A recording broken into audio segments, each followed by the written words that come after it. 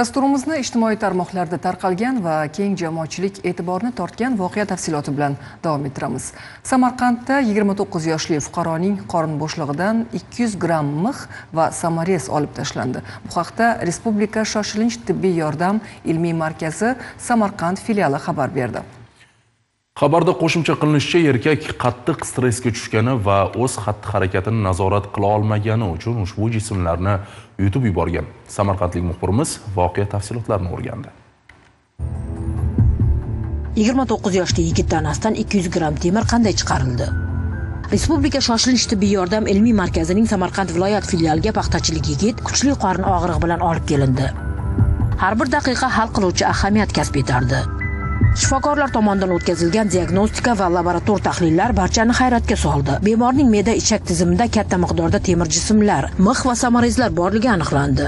1-yanvar kuni noma'lum sabablarga ko'ra metall parchalari, mix, samarez deydi, o'shanaqa metall parchalarini yutgan hamda o'sha yashash joyida tumanga murojaat qilib borgan. Bemorga faqatdan ham sizlarga operativ davo tavsiya etiladi deyilgan, lekin bemorning o'zi hamda qarindoshlari mazkur holatda operatsiyadan bosh tortib bizni markazimizga, ya'ni o'sha Respublika shoshilinch tibbiy yordam ilmiy markazi Samarqand filialiga murojaat qilib keldi. 3-yanvar kuni soat 13larda murojaat qilib keldi. Vaziyatning og'irligini inobatga olgan holda zudlik bilan qaror qabul qilindi va bemor shoshilinch operatsiyaga olindi. 1 soat davom etgan jarrohlik amaliyotida mutaxassislar bemorning qorin bo'shlig'idan qariyb 200 grammga yaqin metall jismlarni olib tashlashga muvaffaq bo'lishdi.